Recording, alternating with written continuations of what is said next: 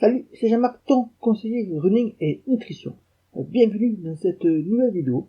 Aujourd'hui, je vais te parler de 3 piliers indispensables si tu veux durer en tant que runner. Alors, par durer en course à pied, j'attends pas rallonger sa sortie longue ou courir plus longtemps. Je vais pas te donner une méthode pour y arriver. L'objectif aujourd'hui, c'est de voir comment tu peux durer dans le temps, année après année, et préserver ton capital santé en pratiquant toujours ta passion que tu aimes bien, c'est-à-dire la course à pied. Alors, il faut savoir que chaque année, j'ai des statistiques sous les yeux. De nombreux coureurs se blessent. Une pratique régulière mais non intensive engendre un risque annuel de blessure compris entre 37 et 56%. C'est le Bristol Journal of Sport Medicine en 2007 qui avait donné cette statistique. Et il y en a d'autres aussi, d'autres études qui ont été faites en 2014 notamment, qui pointent que pratiquement 70% des coureurs se blessent durant une saison. Alors ça peut être les petites blessures, les gros bobos qui vont t'immobiliser ou pas 1 ou 2 jours, ou ça peut aller des immobilisations ou des arrêts de travail beaucoup pour les blessures les plus graves. Alors, et tu entends souvent cette phrase aussi, tu sais, la course à pied c'est un sport à risque, il y a beaucoup d'impacts qui imposent des chocs violents à ton corps, tu ne devrais pas trop souvent aller courir. Alors, comment durer en course à pied tout en préservant son capital santé? 3 piliers indispensables aux runners et aux trailers, bien sûr. Tout d'abord, il y a le renforcement musculaire pour avoir des muscles plus forts. Il permet ainsi de lutter contre le vieillissement prématuré, il va renforcer les articulations et améliorer la densité osseuse. Avec des muscles plus forts, tu vas aussi renforcer et améliorer ta posture, et ça constitue un très bon outil de prévention contre le mal de dos, par exemple, en renforçant la sangle abdominale et bien sûr aussi également les dorsaux. Et quelque chose qui est un peu plus caché, mais qu'il faut quand même en parler, il booste ton métabolisme. Alors qu'est-ce que je veux dire par là? C'est qu'avec une masse musculaire plus importante, tu vas accroître ta dépense énergétique de repos. Donc, avoir plus de muscles va te permettre d'avoir un bon maintien de ton poids, et tu vas également, dans ce cas-là, consommer beaucoup plus d'énergie. Donc, ça, c'est aussi un très bon point. Ça, c'était le premier pilier. Ensuite, tu as le stretching. Alors, le stretching, on en pense bien sûr pour une meilleure récupération, pour avoir une meilleure souplesse de façon générale, mais ça te sert aussi également à libérer tes tensions. Si tu as une amplitude de mouvement qui est beaucoup plus importante, et donc des mouvements qui sont plus harmonieux également, tu auras une foulée plus puissante, tout en améliorant la symétrie de tes appuis en running. Ça, c'est très important. Avec une idée clashée, je veux dire, à laquelle pas grand monde pense également quand on parle de stretching, tu vas avoir un meilleur rendement et une meilleure efficacité du geste du coureur à pied, c'est-à-dire que tu vas avoir une foulée qui va être beaucoup plus fine, puisque tes muscles vont pouvoir allonger, vont pouvoir avoir une amplitude de mouvement beaucoup plus importante que si tu es raide. Alors, ensuite, il faut savoir que le stretching va être également une excellente prévention par rapport au risque de blessure, car un muscle qui est trop tendu est un muscle qui s'enflamme et qui exerce une pression à ce moment-là sur les tendons et les articulations, et c'est là il peut y avoir également un risque de blessure. Donc on a vu déjà 2 piliers. Le premier pilier, c'est tout simplement le renforcement musculaire. Le deuxième pilier, c'est de faire du stretching, de faire des sets de stretching, ou ce qu'on appelle basiquement faire des étirements. On va voir après si tu peux le faire dans toutes les conditions ou pas.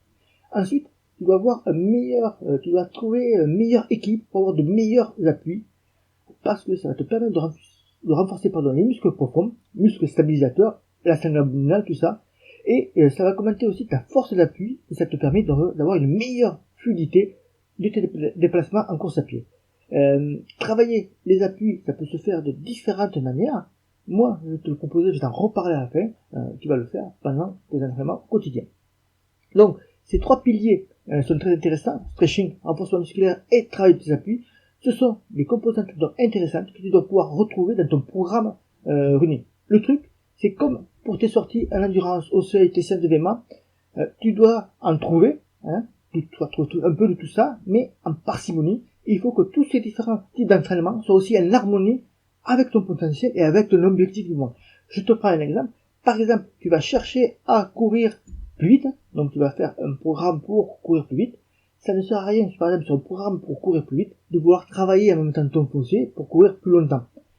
Un autre exemple, tu prépares un objectif de course, on va dire on est au mois de mars là, donc il va y avoir, le semi de Paris a été annulé, mais il va y avoir les marathons, tout ça, les autres semis qui vont arriver.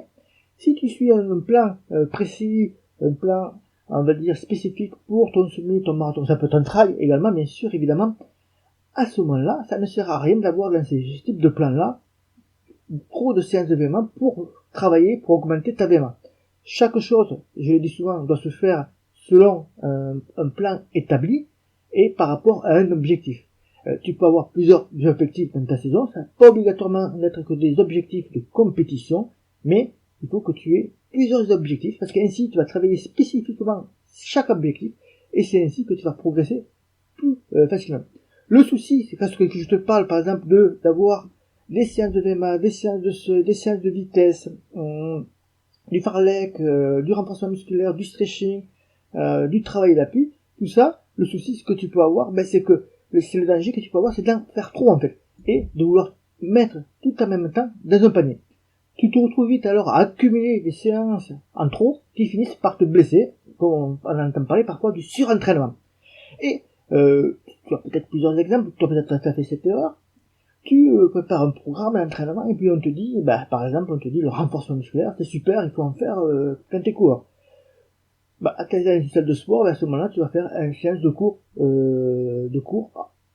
collectif ou cours individuel dans une salle de sport et tu te retrouves à avoir rajouté une séance supplémentaire à tes entraînements.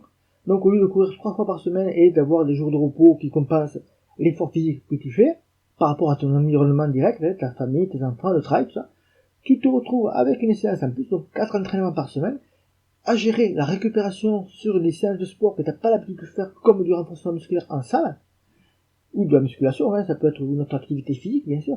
Et du coup, tout ça, ça va pallier, ça va donner, tu vas prendre les entraînements d'une mauvaise tournure, parce que tout simplement, tu n'auras plus le temps de récupérer, tu vas mal récupérer et donc mal t'entraîner ensuite en course à pied.